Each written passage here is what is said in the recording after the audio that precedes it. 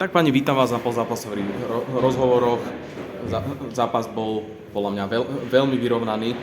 Ako by ste zhodnotili dnešný zápas? Dám slovo víťazom Lions Flock. Tak myslím si, že rozhodli presilovky.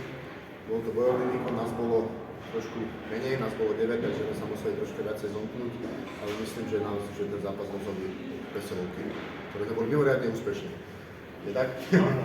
Panthers, ako by ste vy zhodnotili tento zápas? Presne ako hovorím, bolo to presilovka, alebo tam padlo veľa tých gólov, my sme začali dobre, ale potom nás v tých oslabovkách drtili a dali tam veľa gólov a potom začali oni vyhrávať a sa nám to potom podarilo dotiahnuť na 4-4, ale potom zase prešli do mlčania a to je skončilo.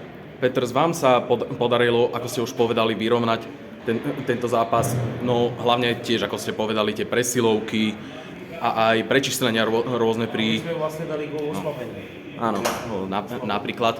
Viete, čo budete musieť spraviť do ďalšieho zápasu, aby sa takéto niečo neopakovalo?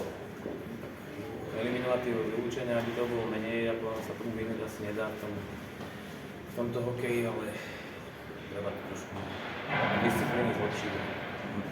Lions Flock, určite vám nebolo všetko jedno, keď tým vyrovnal, ale nakoniec vidíte, mali ste šťastie, vyhrali ste. Viete ale, čo budete chcieť zmeniť do ďalšieho zápasu? No určite áno, dochádzku v prvom rade, lebo v 9 sa hrá veľmi ťažko a od toho sa odrazíme.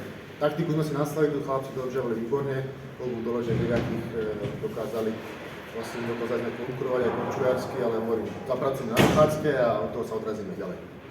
Nejaké finálne poznámky k rozhovoru, páni? Ja ďakujem Sutorovi, že prišli a športom k radosti.